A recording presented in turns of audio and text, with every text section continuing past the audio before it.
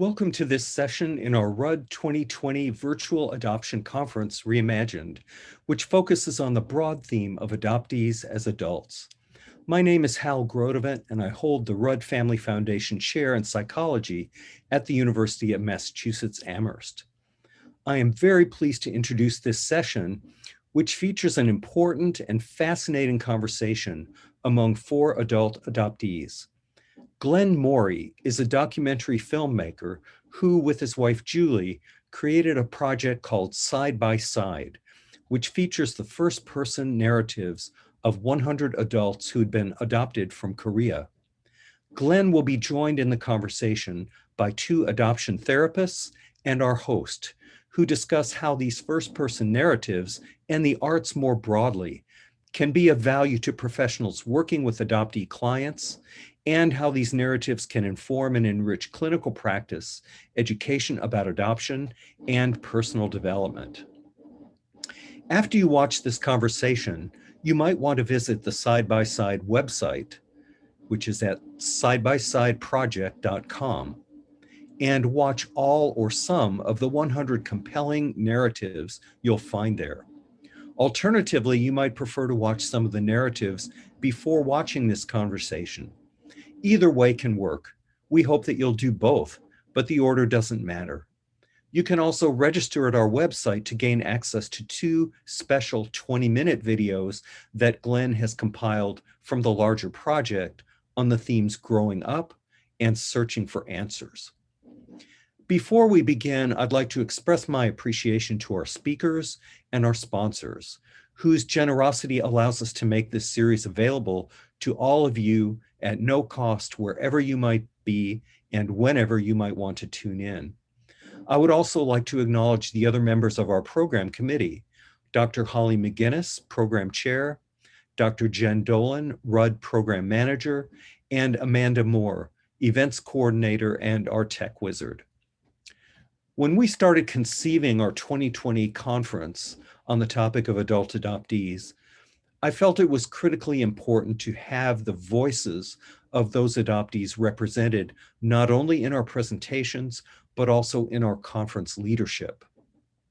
I'm very pleased that our program chair for the 2020 Rudd Adoption Conference Reimagined is Dr. Holly McGinnis from Virginia Commonwealth University.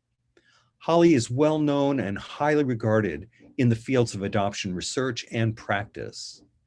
As someone with deep roots in social work and public policy, she is committed to sharing her knowledge while bringing others to the table. As conference program chair, she's been an ideal partner in this work, and today she moderates and participates in this panel. So now I would like to turn the mic over to Holly, who will introduce today's session and speakers. And I look forward to seeing all of you again on the other side. Thank you, Hal, and the UMass Rudd Adoption Research Program for supporting this conference. Some of this audience has already seen my face in our first session of our virtual conference, Rudd Adoption Reimagined, with the focus being on adopted adults' connections across generations. I am an international adoptee from South Korea, and I grew up in a transracial adoptive family in New York. I am most certainly an adult. And I was really excited when Dr. Grodevant asked me to be the first chair of the conference, which would have been the first to center on the experiences of adoption in adulthood. So I'm really so grateful that some of the excellent speakers we had lined up for our conference in April 2020 have been able to join with us in our different sessions that will be continuing on into the spring as well. So in this session, which will be closing out our fall offering, I wanted to share with the audience the purpose. So we know that many professionals attend the Rudd conference to get information on how to do their work with adoptees and adoptive parents better. So we really are so thankful and grateful for your commitment to doing the best work possible for adoptees, foster care, youth and alumni and their families. So when we were thinking about this session, we wanted to consider clinical approaches and opportunities with working with adoptees, foster care alumni, and their families through the lens of the arts. Over the past many decades, adults who have been adopted or cared for in foster care have often used their experiences creatively, producing written memoirs and anthologies, poetry, performance, and documentaries. And art has often been used as a way for meaning making as well as for healing, and yet may not always be incorporated by professionals working with adoptees and fostered individuals. So today, we are really excited to engage with mental health professionals who work with adoptees and an adoptee artist who has so generously shared his work with us. To think about how adoptee and foster care alumni narratives can be used in the therapeutic setting, the role of the arts in healing, and also flipping it a little bit to think about what therapists can learn from the arts when working with adoptees and foster care alumni, particularly in adulthood. So I am first really grateful to Glenn Morey, who is an international Korean adoptee, who has shared 2 of his short clips from his project Side by Side, the filming of 100 first-person narratives of adoption and aging out of Korean orphanages to our conference, with the links to view those 2 short films on the themes of growing up adopted and searching for answers provided to all who registered for this session. So let me first introduce and give Glenn Morey a background, and then I'll introduce our 2 therapists. So Glenn Morey is half of a husband-wife filmmaking team, along with Julie Morey. Glenn is an inter-country adoptee born in South Korea, in Seoul, and he currently lives in Denver and has enjoyed a 40-year career in branding, media, and filmmaking, and working with clients like Pepsi, Comcast, and nearly every major automaker in the world, apparently. He was an executive producer for the documentary film House on Fire, Black America Response to AIDS, which was broadcasted on PBS.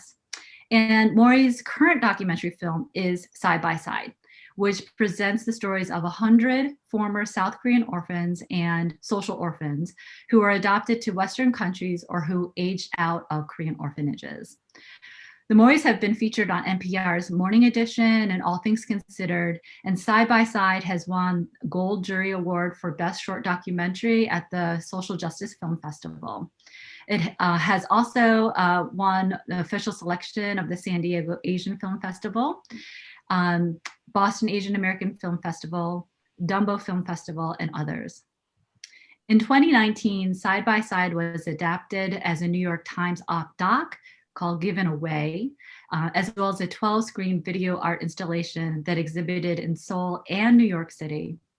Side by Side has now been adapted as an Audible original titled Given Away, and is now available at audible.com.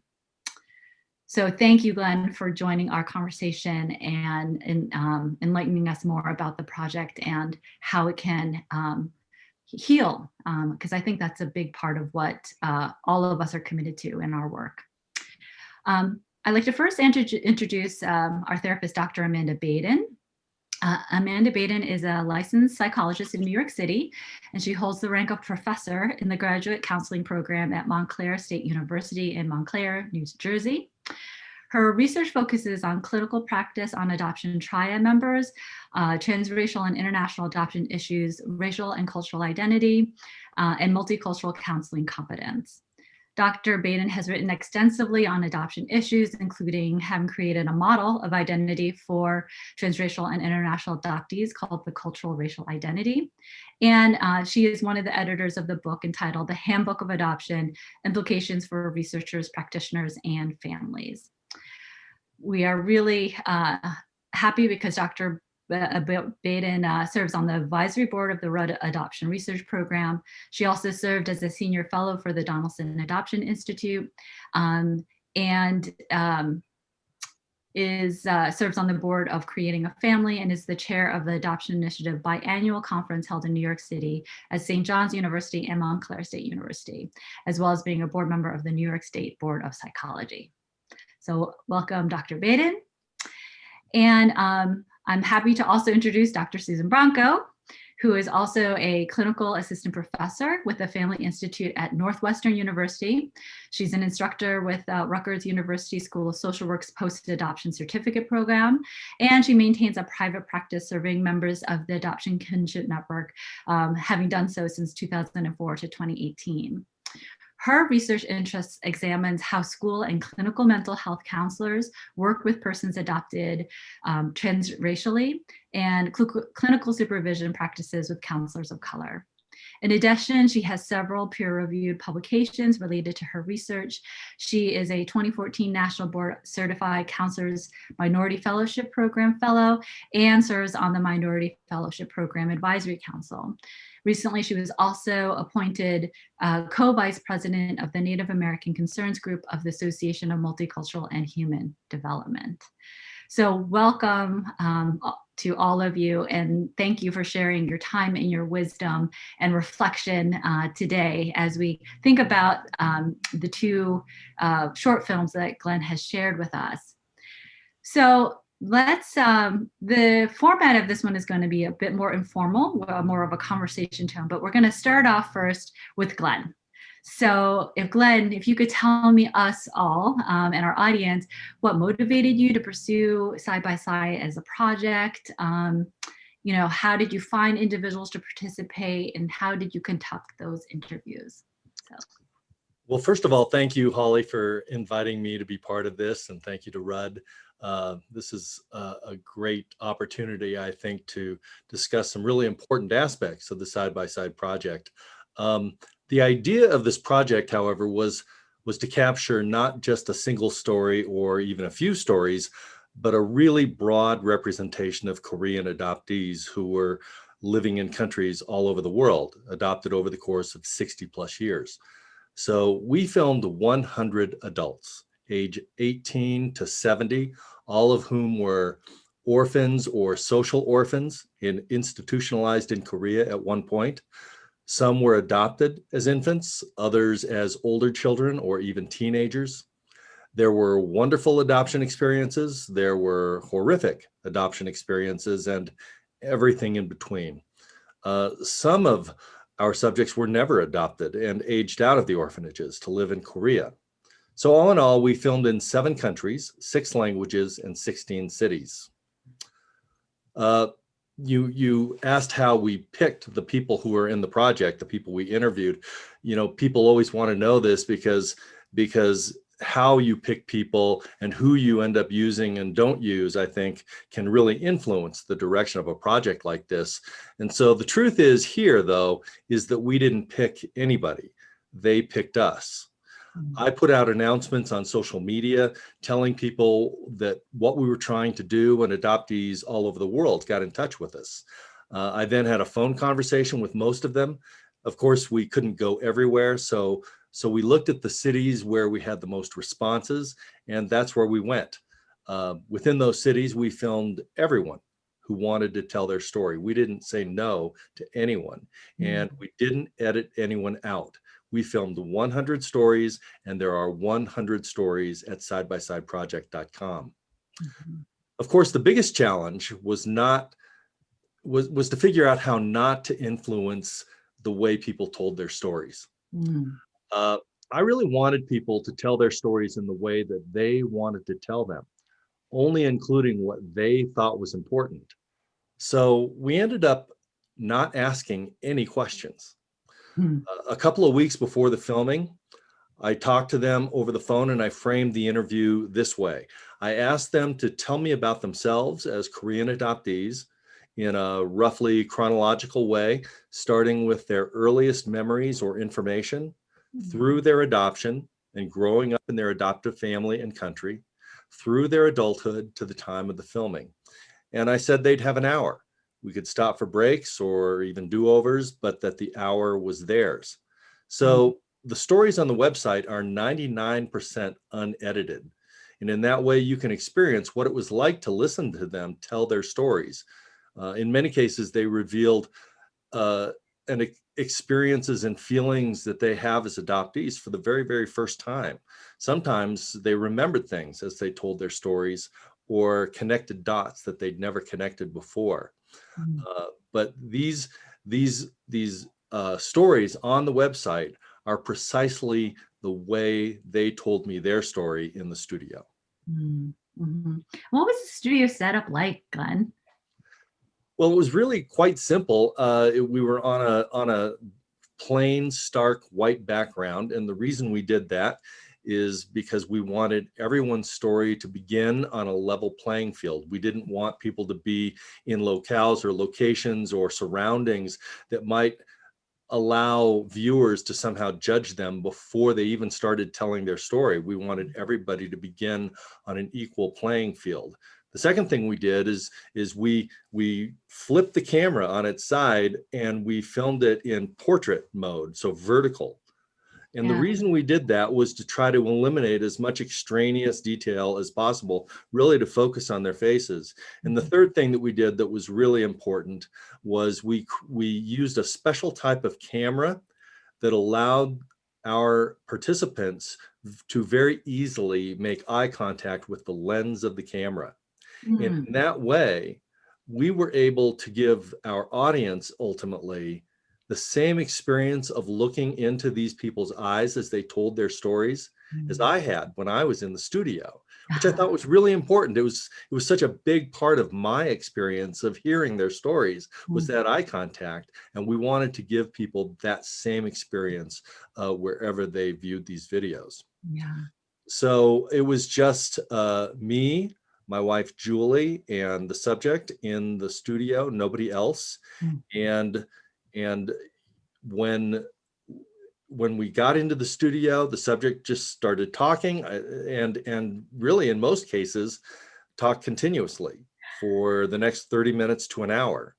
But the truth is that even when they stopped, even when they paused, we just let that happen.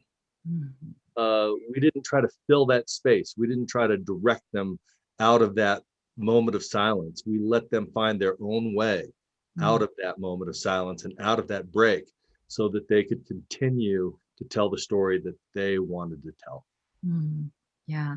And Glenn, I invite Dr. Branco and Baden to speak also about kind of your responses to watching. And certainly I got to experience your installation in New York City and the intimacy that you were able to capture in all of the way that you had set up the filming. I experienced it as a viewer and I felt like I was sitting right there. And I know in the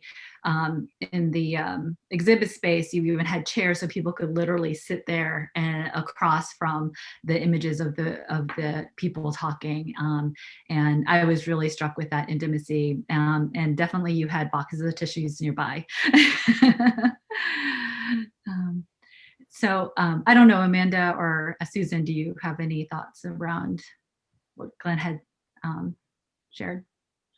I was just going to say, Glenn, I love the idea of allowing the speakers to work their way through their story. It's like what any good therapist learns to do, which is sit with the silence and allow the organic process to occur.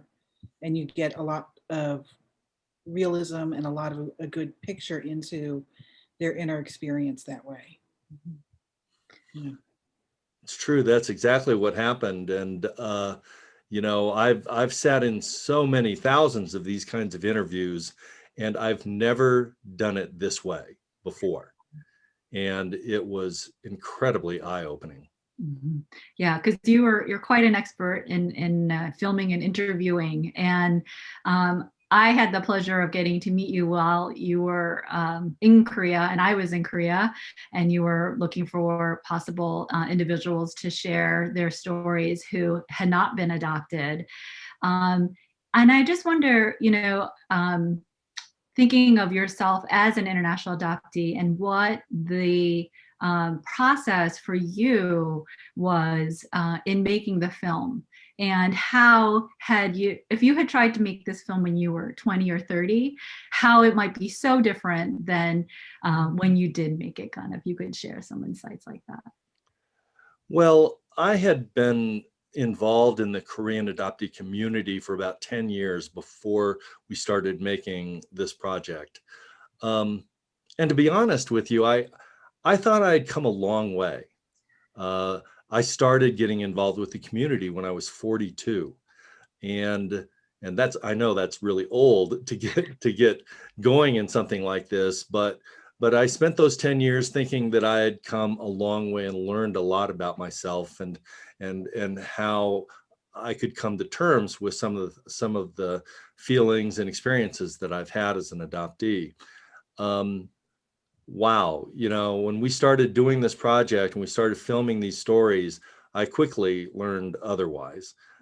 I quickly learned that when you hear these stories in this kind of detail, this kind of depth, this kind of candor and vulnerability, you see so much more than you've ever seen at even the events, you know, when you're in these rooms and people are sharing, you know, on various topics. And I think that the opportunity, very few people are ever given the opportunity to tell their stories like this, is the truth. And so the opportunity to hear this kind of depth was quite remarkable and manifested itself in such a dramatic way in my own journey, because all of a sudden I had so many other ways, so many new ways of thinking about my own experience. I had so many ways of imagining the gaps in my knowledge about my origin and my beginnings in Korea, my existence in the world. I don't know anything about those things, and yet here I am listening and having the opportunity to imagine all of these various scenarios, and it was so informative and so informed my ability to even imagine how I might have come to be. Yeah. And so again, Glenn, your approach is so unique because, as I noticed, before, is that a lot of times adoptees will take their personal experience and create an artistic piece of it, but usually it's their own individual story. And if you could just share, what was like the spark for you to say, I want to interview 100 people, and versus just telling your story of Glenn Morey? Well, going to these community events, these gatherings and these conferences over those 10 years really was transformative for me. Meeting people, knowing people, progressing on this journey together was so transformative for me. And yet, if you took all the people, all the adoptees in the world who have ever gone to one of those events and added them together, I doubt you would crack 10 or 15% of the total Korean adoptee population in the world. Most of us are just out there. We're just out there living our lives and dealing with things or not dealing with things, as it were. And they're living the way that I lived before I was 42 and I started going to these events and meeting other adoptees. And I know how important it is and what a difference it made for me to begin to do that. And so I wanted to create a project that would in some way facilitate that kind of experience for adoptees around the world, first and foremost. And that is indeed what has happened. We hear from adoptees, not just Korean adoptees, but intercountry adoptees from many sending countries. We hear from them every week. They get in touch with us because they've seen some aspect of this project, and they all say the same thing: where I am the only one. That's what they describe in almost every occasion, and to me, that describes the perfect meeting place that we were trying to facilitate in terms of creating a project like this. Yeah. And I'll just, go ahead, Amanda. I was just going to say, Glenn, one of the things that really struck me about the interviews too, was that it seemed to me that, most adoptees have told bits and pieces of their stories to people. Sometimes very sanitized versions, some a little closer to how they're feeling. But I got the feeling that many of the people were articulating their stories in that level of depth and detail for the first time out loud. And so that they were, they'd been thinking a lot of these things or feeling these things, but saying it out loud to somebody else on film was a new experience. And that was an emotional experience too, because it brings all of those emotions to the surface, all of that history together. And when you're sharing that, like, as many of our clients do, they don't often share a full hour of just telling their story, right? So when I see, I've worked with hundreds, maybe 1,000 adoptees over my career, and I see all these different ways in which they talk about their stories, some with a lot of knowledge, some with a lot of intellectualized perspectives, and the emotional part sometimes gets lost. But one of the things I think about the way you filmed it was those things were kind of together. They knew they needed to convey this information, but the emotions were right there at the top.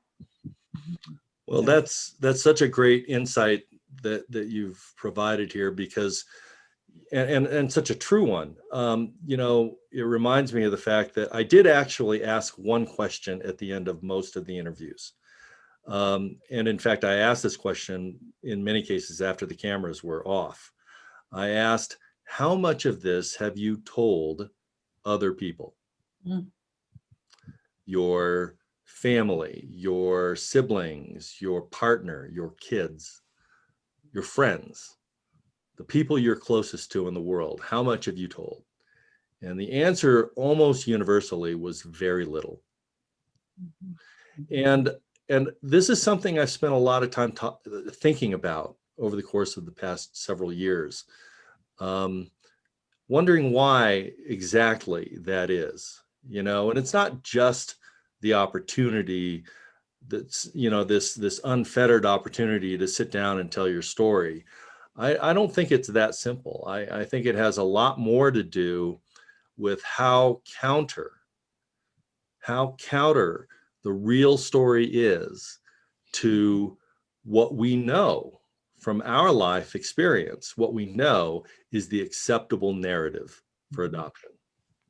Yes, and telling you another adoptee is different than telling someone who may not have any basis for understanding, which I think would allow them to feel much more freedom in telling that difficult story sometimes, and very personal. And we know that adoption and some of the history is often tied very strongly to stigma and to shame, and secrecy. Those things are the hallmarks often of adoption. And so to break that secrecy and to say it out loud is something that is somehow inherently messaged to a lot of adoptees, either explicitly or very implicitly, I think. Well, one thing that really strikes me about the stories, and I could have created a whole short film around these types of anecdotes, but the way that young adoptees, children, the way they begin to receive adoption narrative very, very early in life from multiple sources, and they're so different from different sources. Like, for instance, from their adoptive parents, they might very early on begin to hear about how they were rescued because they might be dead or grow up to be something terrible, and how horrible the orphanage was, and so forth. And that may all be true, but what we're describing here is a narrative that a young child receives from the most authoritative figure in their life. There are implied adoption narratives, like when you come home as a child and report that somebody has been teasing you or somebody asked you about your adoption, and your parent tells you to have them talk to them because because only they can deal with that subject. And then all of a sudden, there's a certain amount of secrecy and shame associated with their adoption. You know, there are ways of hearing, or when their parents talk to their friends and they describe their adopted children, and those children are there in the room, and they're described as trophies. They're described as and I'm not saying that these were universal stories by any stretch of the imagination, but they were common. Yes. They were common stories. It's not like they happened once or twice over the course of interviews with 88 adoptees. These stories were repeated over and over. Yeah. One thing that struck with me very much, agreeing to what others have said, is I felt like I was in a counseling room with clients. It gave me that same feeling. And the way you structured the interview as you're describing it really wasn't an interview at all. It was a pre-set up with an open-ended question, but it very much mirrored, to me anyway, things like the adult attachment interview, where you're having people describe a full narrative. And through that, they also brought out some very traumatic experiences that we could feel the pain and the trauma emanating even virtually. And I found that very powerful as a counselor, but also as a person that could identify in several ways with the content that was being shared. You know, I've so been looking forward to this conversation because you know, it became, and actually this was a bit of a surprise. I didn't actually know what to expect when we started these interviews. And so what surprised me was the level of pain associated with these childhood experiences, and not just sort of articulated, but through expression and body language and just the sheer difficulty of the moment of describing these incidents. There's very clearly a great deal of pain associated with these incidents that perhaps occurred decades and decades prior. Yeah. And so, you know, what I'm interested in is what's the state of perceived need amongst adult adoptees in terms of addressing these kinds of issues that are still very, very present in their life and have always been there for them. What's the state of perceived need? And then what is the state of accessibility for services that help meet those needs? And you know, because as I said, I hear from adoptees all over the world. And what I hear over and over again is how difficult it is to find help in these areas. Absolutely true. So my clinical practice is in Manhattan, but I still get requests for people around the world sometimes asking for treatment, for services. And I wish that, you know, it's growing. There's a growing number of folks who are specializing in this work and who do have a perspective that's meaningful. But we also know, and Susan and I have talked about this before, that in training, almost all practitioners do not get any training at all in adoption. And I have the good fortune of teaching a graduate course right now on adoption, counseling the adoption triad. And my students came in and said, you know, we really don't know what we're going to learn here, because they kind of thought they understood adoption. And then once they started from the first day on, we're sort of blown away by the fact that they knew so little and that their perspectives were so skewed in a particular way. They always saw adoption as a positive thing, as a rescue narrative, as associated with only wealthy people, and that the kids were lucky. And we all know this as adoptees. We've gotten those messages a million times. But for people who are going to be counselors, for them to get that message is a big change, and something that I hope will more widely be conveyed, because it shouldn't be just the class that Susan teaches or the class that I teach are going to be the ones where we are responsible for teaching enough therapists around the world. It's not going to happen that way. So I know one of my missions has been to try and start to train folks so that they will provide more adoption prepared folks than there are right now. And so each little step hopefully helps.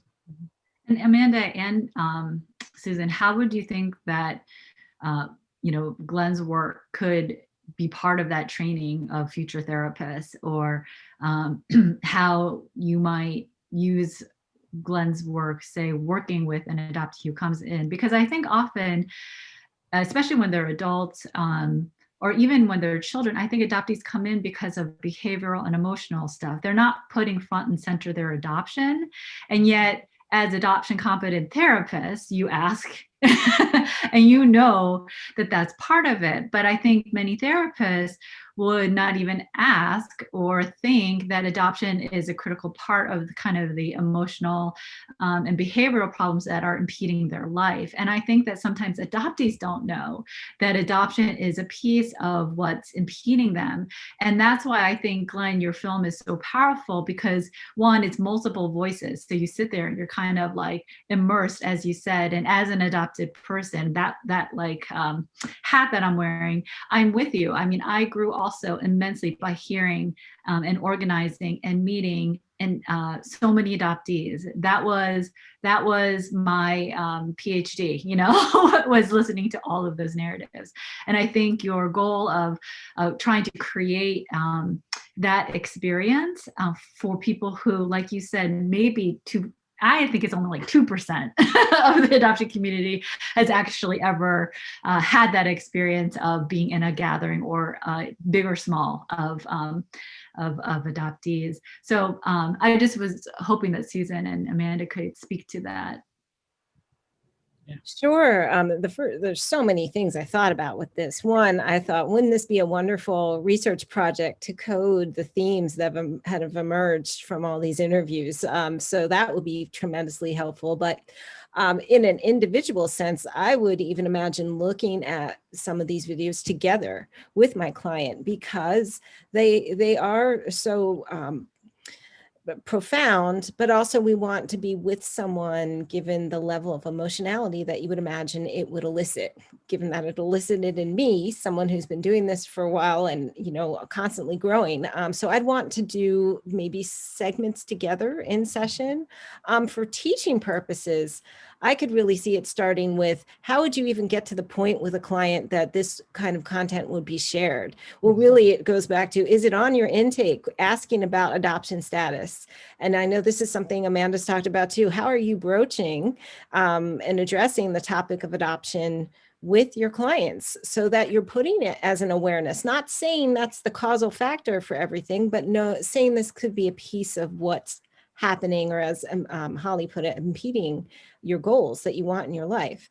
So that would be one entrance into getting at some of that rich content that you'd want to teach students. And then, of course, certainly showing pieces of this content, or all of it, assigning. I mean, there's so many different ways you could use this as a training tool that I think would be so eye-opening for many people who, like Amanda said, come into it, my students as well, thinking that, oh, I thought this was a good thing, and now I'm understanding it's not. And what's worrisome to me in terms of adoption sensitive practitioners is, in my program, we have about 600 students. We have a large program.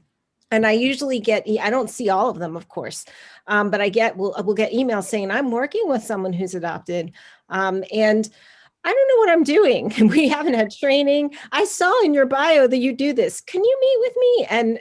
And that's what worries me, that we know that we have studies, not recent, but from 2008, showing that a lot of us go into the first job even working in child welfare and or in adoption in some way, and yet there's still so little training.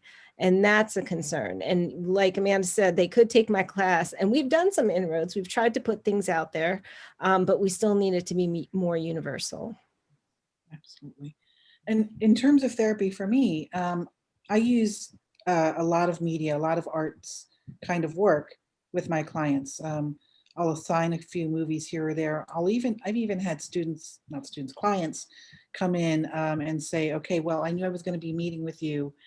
And so I tried to prepare myself by watching a Chinese adoptee say, I watched One Child Nation the day before her very first session with me.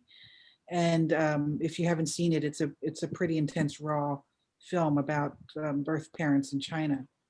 And so I think they know, and they definitely benefit from being stimulated in their thinking, hearing other narratives beyond their own, because as you all were saying, so many of them only have their single story about adoption. And so giving perspective is always helpful, I think. Giving a different frame for thinking about your history is something that we as counselors and therapists do all the time.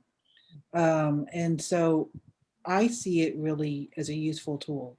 I do ask my clients to see when they're ready. And it also helps me see when they're ready to move beyond staying in their safe comfort zone, because their ability and their willingness to hear these narratives will force them to look at things a little differently. And that can be very threatening.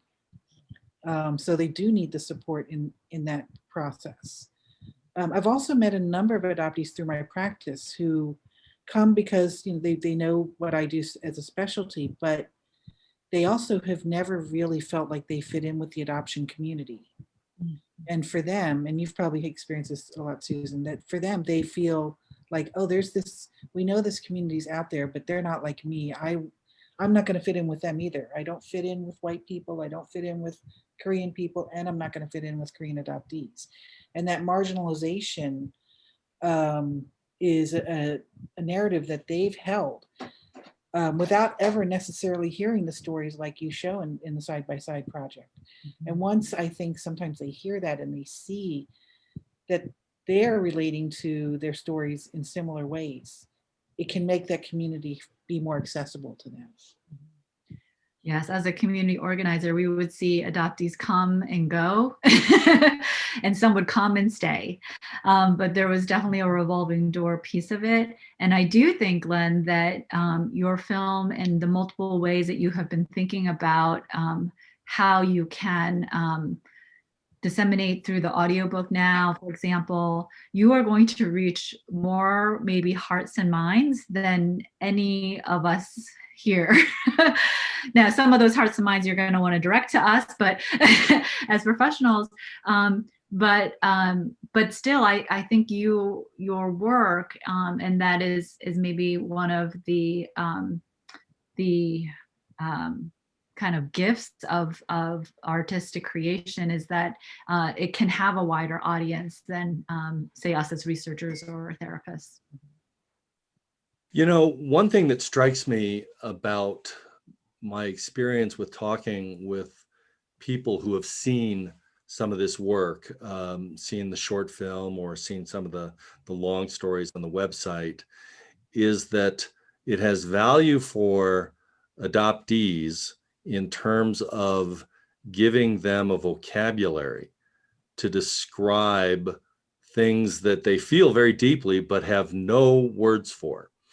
I remember, when I was 42 and I showed up at Cannes, one of the adoptee conferences, I think that's the first time I'd ever heard the word identity in conjunction with any of this topic. Okay, so had I attempted to describe what I had struggled with for my entire life, which was very much about identity, I don't think I would have gotten very far.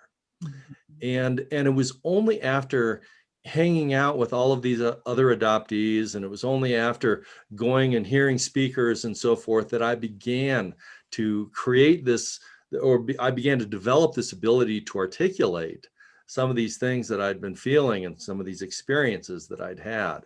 And I hear this all the time as adoptees around the world correspond with us too, all the way to the point where they have often used one of the short films, for example, to introduce these subjects to their adoptive family, family with whom they'd never been able to talk about any of this because, one, they didn't have the words, and two, it takes a lot of nerve to do that for a lot of adoptees. And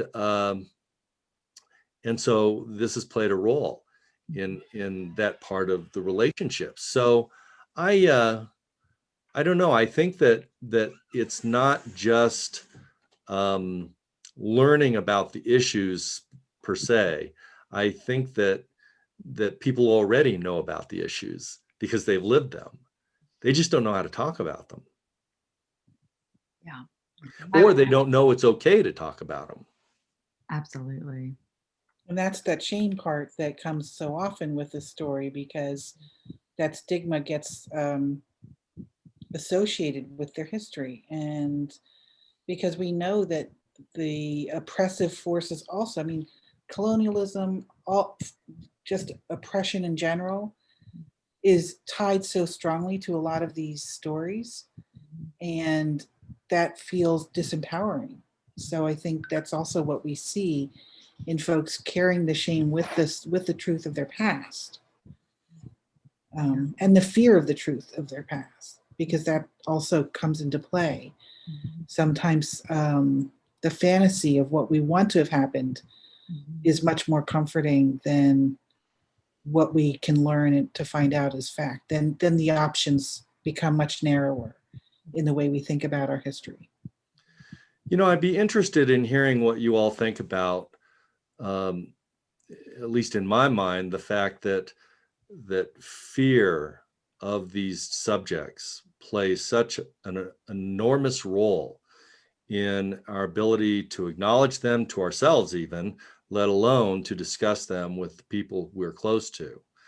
There's so much fear. I mean, I had people in front of our camera who professed to be in very close friendship with their parents, but who hadn't told those parents that they were searching. Oh, sure. Happens all the time. You know, there's just such great fear. And I'd be very interested in your assessment of how that fear gets to be so overwhelming. But I think it's trauma based too. Glenn, I think, and Susan, you were probably about to say the exact same thing, that the fear comes, you know, a lot of adoptees have had very strong histories of trauma that they may not have ever had acknowledged as that. And so they've never put the word trauma to their stories or their histories to help understand it better. So they may not explore it in that way.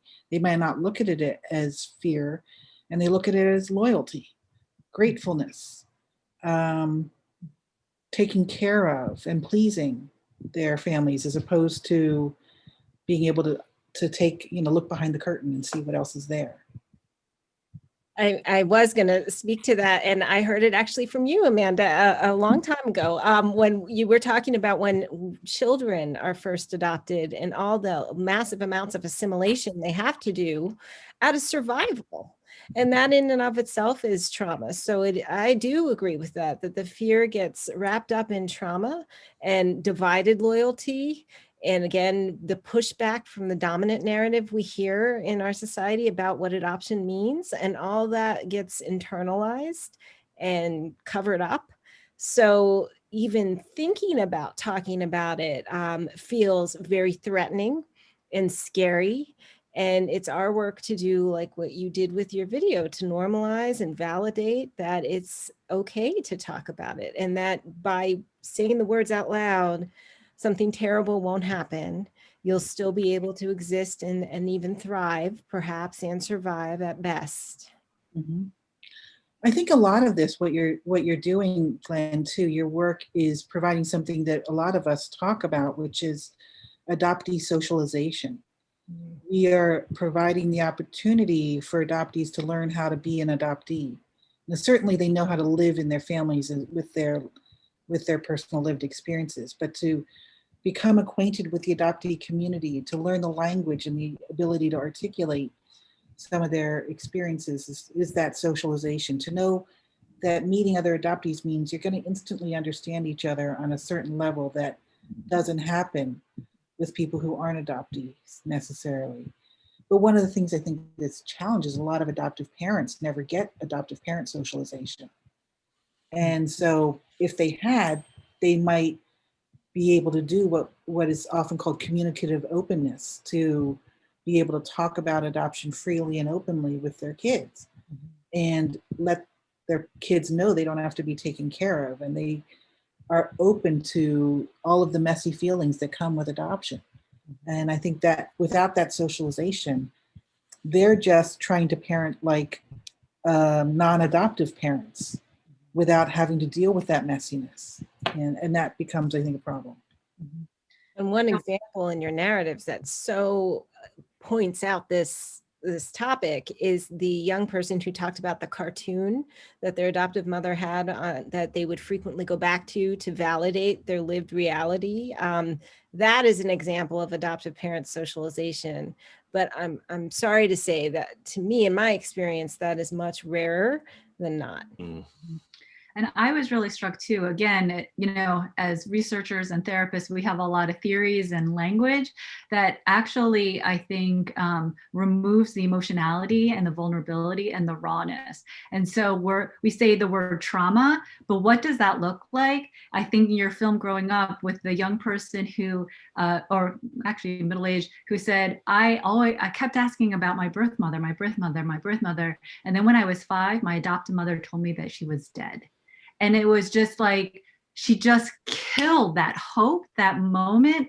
And again, we say words like trauma, but in some ways, she lost all hope. She had all this hope as a little girl, you know, that she could find this person. And again, you see how the narrative that her parents gave as to why she was given up because her mom was poor, how a 5-year-old interprets that. Well, okay, if she's poor, then I'll find her and I'll give her a lot of money and love. And that's actually really healing and nurturing, but in that moment, whatever the adoptive parent was thinking, right? They killed that hope for her that has had long-term impact. And I think about just how those interviews and the generosity to which the adoptees were willing to share things that, like you said, they weren't sharing with anybody else. And of course, people might then say, well, why are they motivated to do that? And maybe you have some insight. But I think when we've spoken, Glenn, it was the idea that, like, maybe my story could help someone. And we can just, you know, open up that idea. Wow. That really takes me back, just the way you've characterized what it was like for you to hear that woman's story.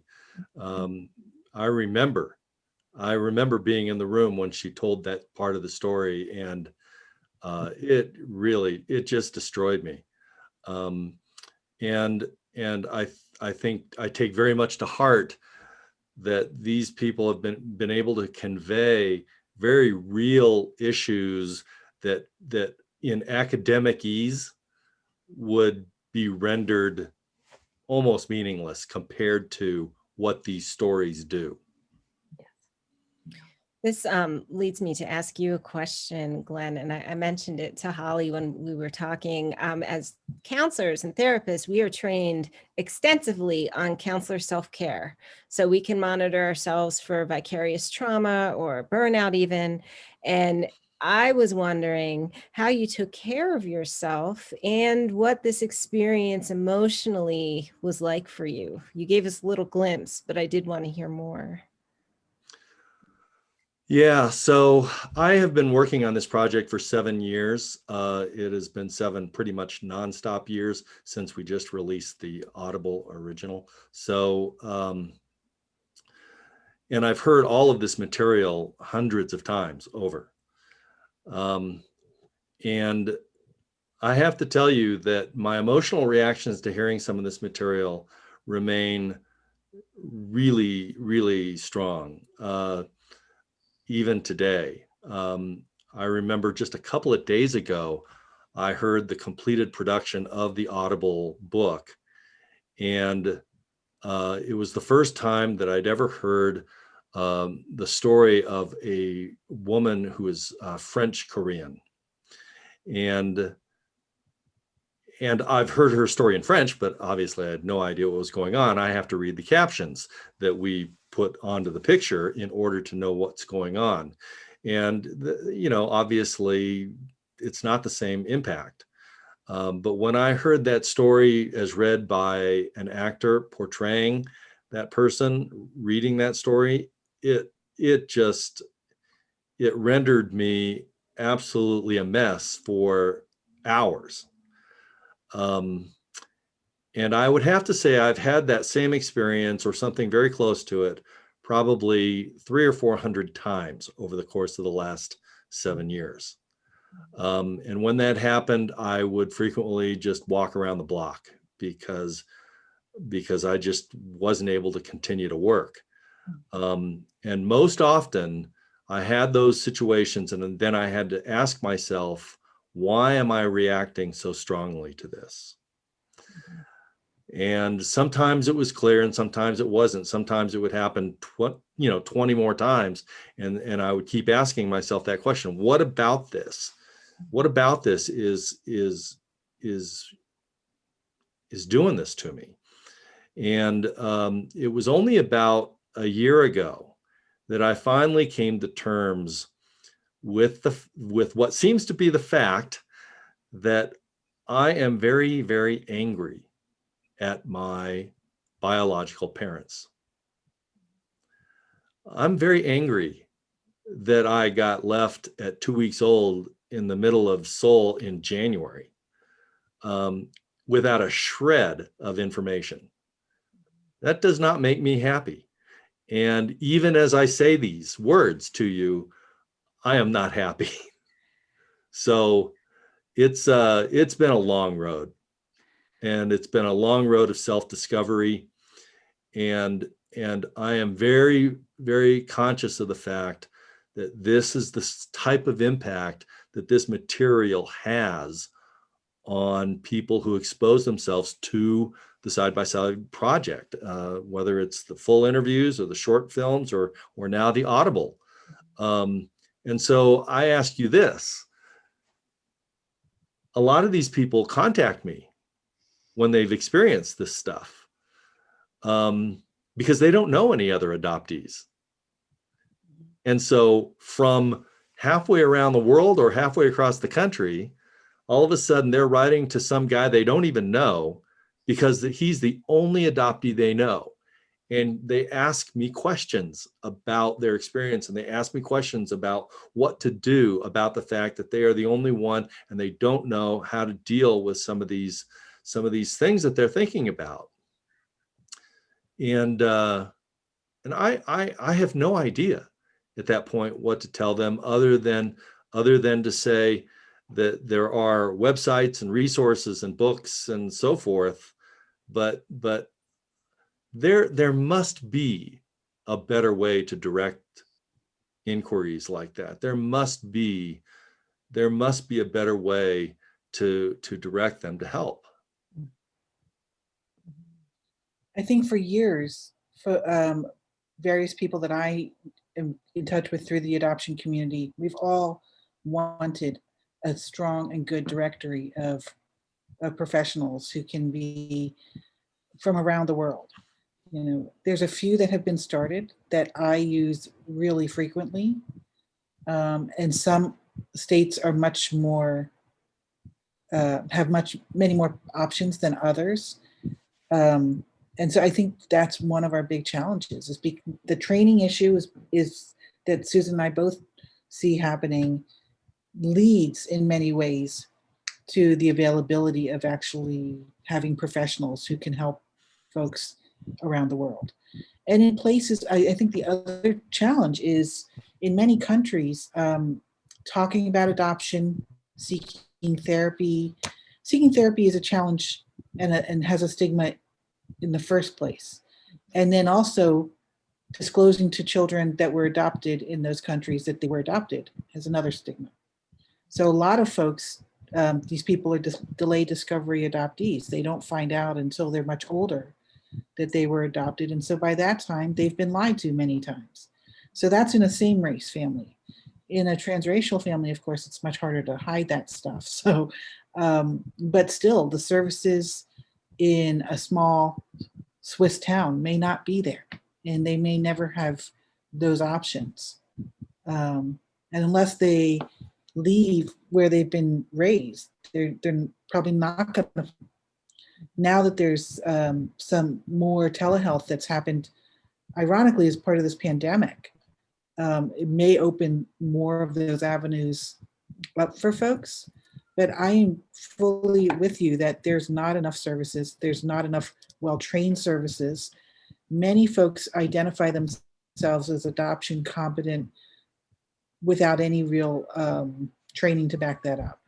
Perhaps as many adoptive parents, I have to say, do that because they've got children who were adopted. They will tout themselves as adoption competent. And I find that really worrisome when folks aren't seeking additional training to understand this experience.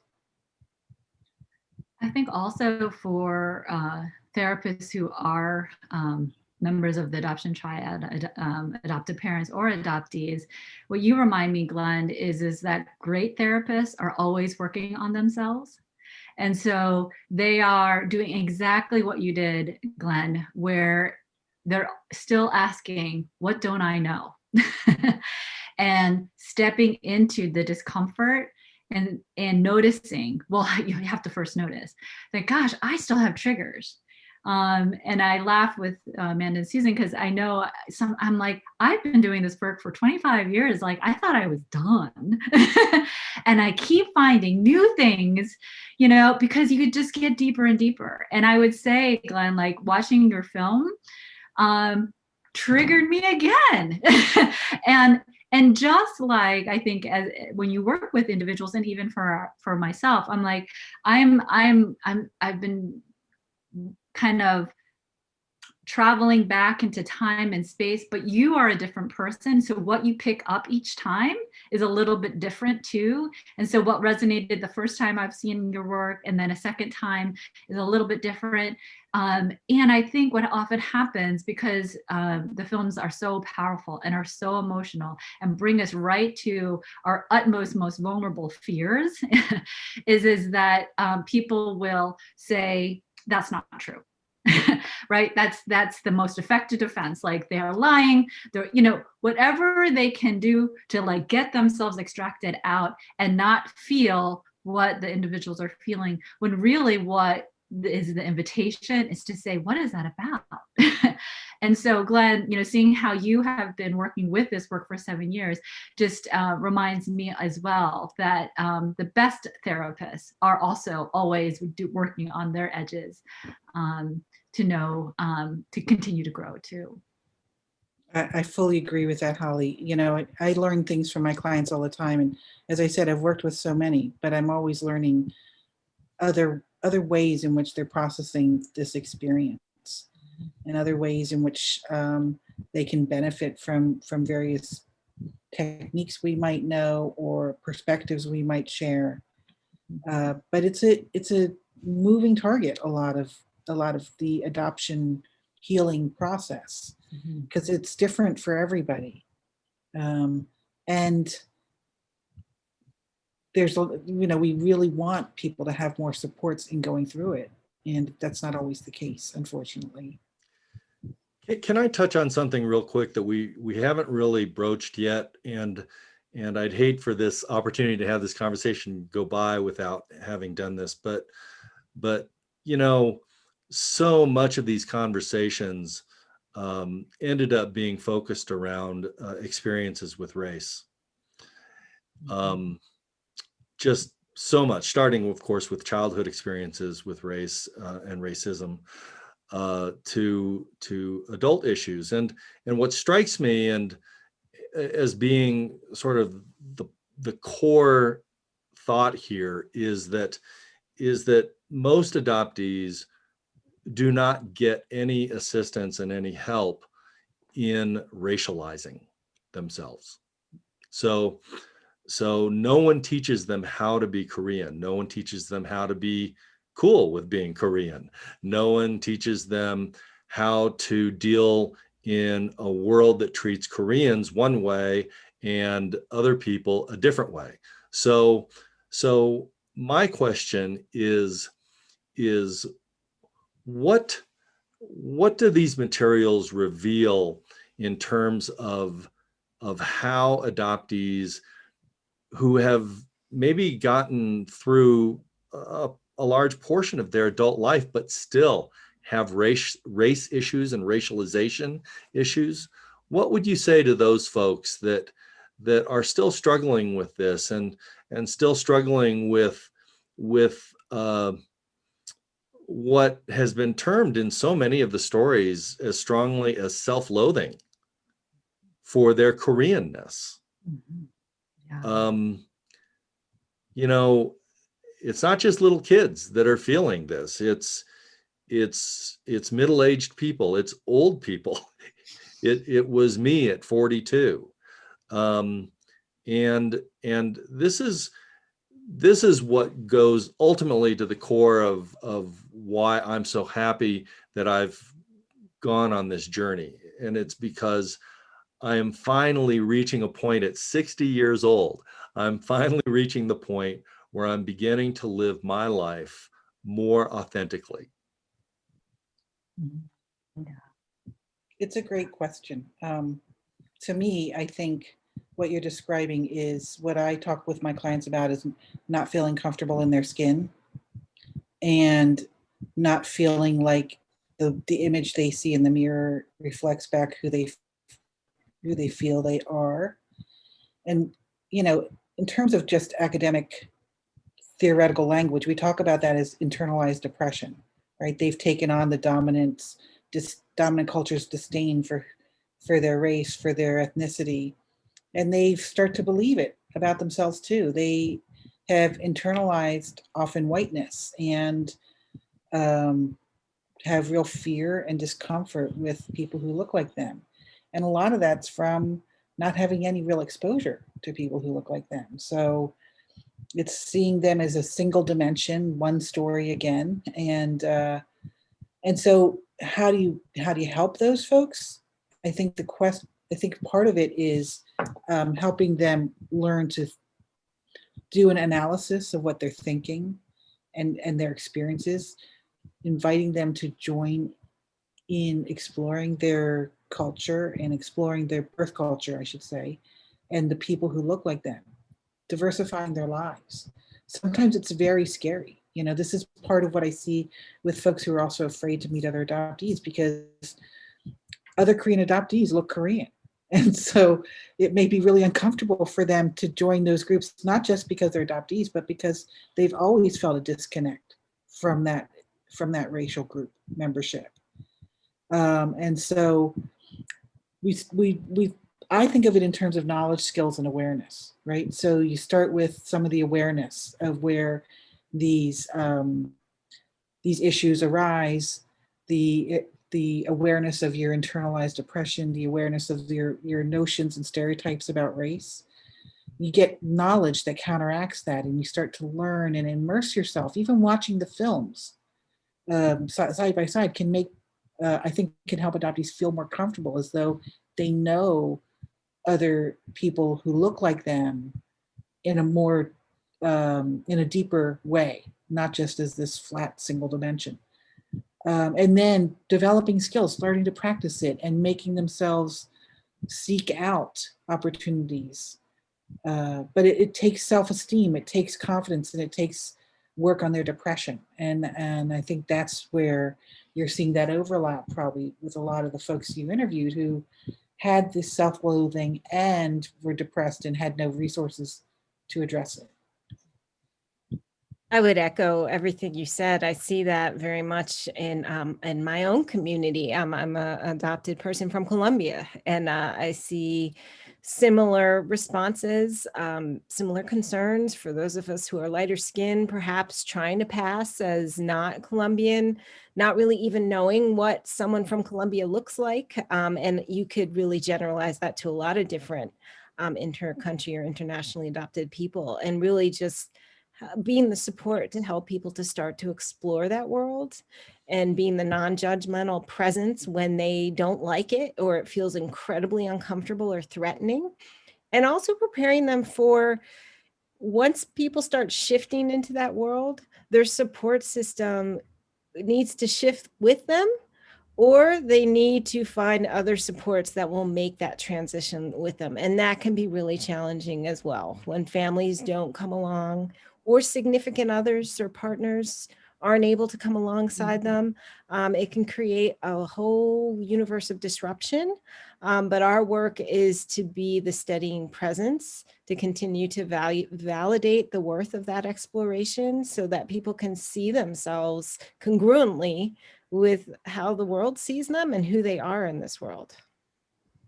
Glenn, I really appreciated, your reflection on, this is maybe the most authentic that you have been able to be in your life. And I think about, as we kind of wrap up, working with adopted adults is different than working with adopted children. And again, if Susan and Amanda can reflect a little bit about how Glenn's approach in his film might tell us something about how can therapists work with adults who are certainly still working through childhood encounters, but as grown-ups, but also their adult lives and what's happening in the moment. Well, I would say, one thing that I was thinking about when you guys were all talking is that so many of my clients have said, both children and adults, adoptees have said, I'm the first Asian adult they've ever spoken to, really, or known in any way other than giving their order at a restaurant or something like that. So I think that's extremely meaningful, that they've never really felt comfortable knowing people who look like them. I had a client that I challenged that she felt judged every time she went into an Asian grocery store because she couldn't speak Chinese to them, and she felt like they were judging her. And I challenged her to talk to them and to recognize that they had just as many questions of her as she has of them. And the thought had never really occurred to her before. I think the fact that there are really too few therapists of color is a real problem for this community too, not only adoption competent, but also therapists of color, because another thing that many adoptees say to me, and they probably say to you, Susan, as well, like, I never could say this stuff to a white therapist. I would be so uncomfortable asking or having these opinions. And I can't say this to my parents. I can't say this to my partner. So their worlds are so white sometimes, of course, and yet they are questioning it all without many touchstones to do so. What I was thinking of while watching the videos and the interviews, as well as our discussion today, is how very often with adults, we're going back to all those childhood developmental milestones that weren't met because no one was talking about it in their families. So we're having to redo a lot. And that informs when I worked with children of thinking the future and trying to be proactive and address those things now so that we're not having those concerns in the future.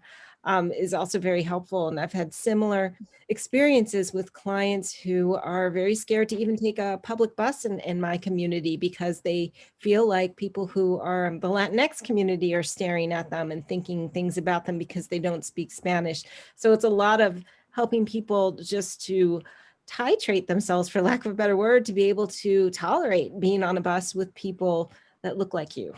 And just noting what that experience is like. And they are surrounded by, even in my very diverse community, yet they live in the white parts of the community and go to the predominantly white school, and helping parents to support maybe a different school would be a better fit. So there's so many different ways that you can intervene. But with adults specifically, to your question, Holly, a lot of it would be, sadly, in many cases, looking back and helping reframe the narrative that they've created, including addressing a lot of the traumas and pain. Yeah, I think back to the one individual in the Searching for Answers, and I appreciate that that's the title of that, and it's not Searching for Birth Family, that it is really a searching for answers, Glenn. And the individual who felt that she didn't even want to look for birth family, she just wanted to go to the spot where she had been abandoned as a I want to say 2-month-old or 3-month-old. And she thought that she was going to be a triumphant moment.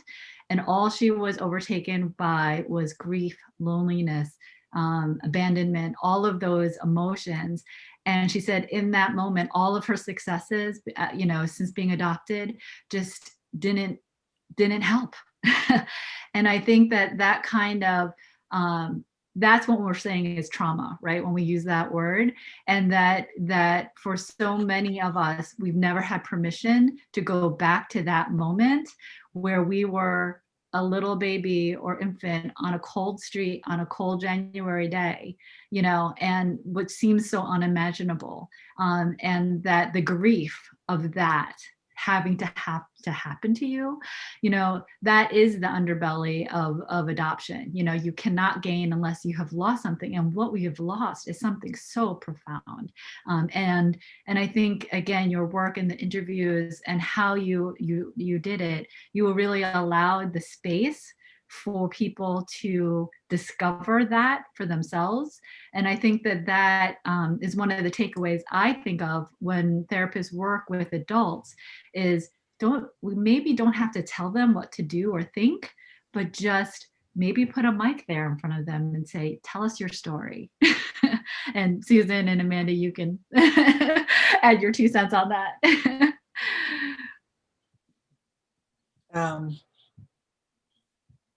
That story, that trauma, I was thinking about what trauma looks like and how we understand it and how we acknowledge grief, and the ways we think about ourselves.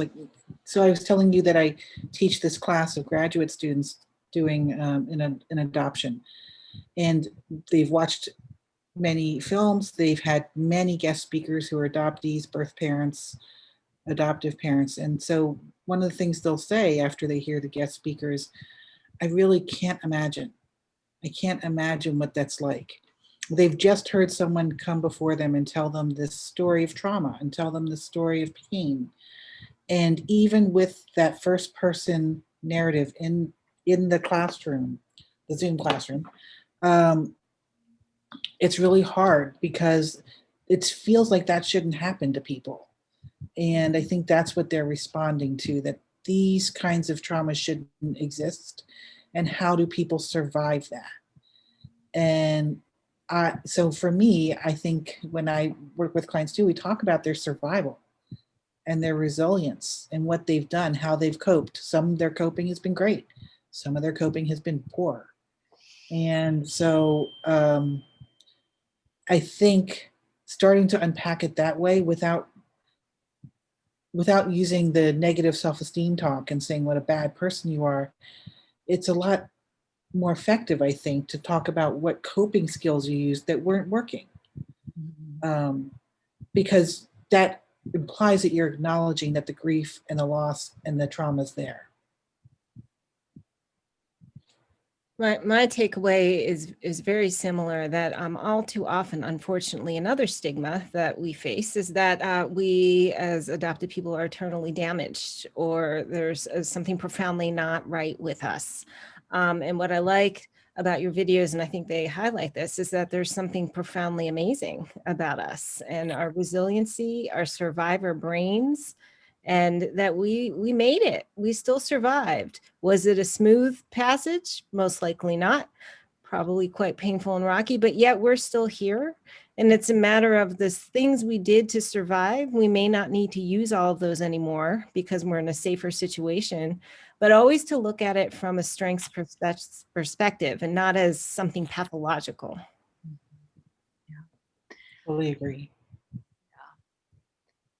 So I want to wrap up our discussion and thank you all. And I just wanted to offer kind of each of you, if you have one kind of takeaway for our audience, be them therapists, aspiring therapists, or a member of the adoption triad, or working professionally in child welfare, is there one kind of parting wisdom that you would be willing to share? I really come back to the potential and the power of stories to transform our lives and how we think about them ourselves, and how we're able to reconcile ourselves with pain. And I think that at the root, stories help us make sense of our lives. That's what stories have done for me. They've helped me make sense of my life. And given the fact that I have so few answers, even existentially, I have so few answers. I have no idea how I came to exist in the world. So how do I reconcile with that? And stories have done more to help me do that than any other thing. I love that, Glenn. I mean, one of the things that we encourage therapists who are going to work in adoption is to understand and learn about narrative therapy, which is the storytelling therapy that is used, and restoring or giving an alternative narrative to the one that might be currently used but can be disempowering or oppressive in some ways. That restoring can be very healing for folks and allow them to feel some sense of the power and the survival that was important to them. I think my final comment would be that we need more people who are trained to do this. We encourage folks to get training, to go to conferences, to take classes, so that their perception of what adoption isn't built from a few movies or a few books or television shows, because those provide a single story and they provide a skewed lens a lot of times.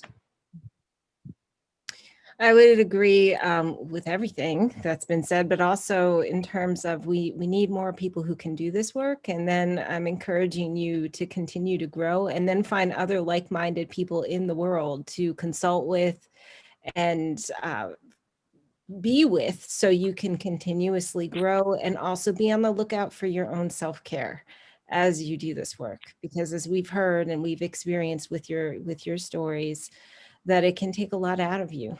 So we need others that can maybe pick up when we need to take a break, and that can also be our support when we need it. Great. Thank you all. And we hope to see our audience join us in the spring in our spring lineup. Thank you. Thanks to all of our panelists today for sharing their work and having this rich discussion with us. In such an important and yet understudied area, I know this will make an important contribution. This video will continue to be available on demand at our Rudd Adoption YouTube channel. You can also find us through our Facebook page and our website. We have several more presentations planned for the first half of 2021, continuing our discussion of navigating adulthood and constructing a sense of identity. Please stay tuned. We will be posting notification of all these events on our Facebook page for the Rudd Adoption Research Program and on our Rudd website. If you would like to make sure you're on our mailing list, please send an email to adoption@psych.umass.edu. For now, we thank you for joining us today, and we wish you all the very best.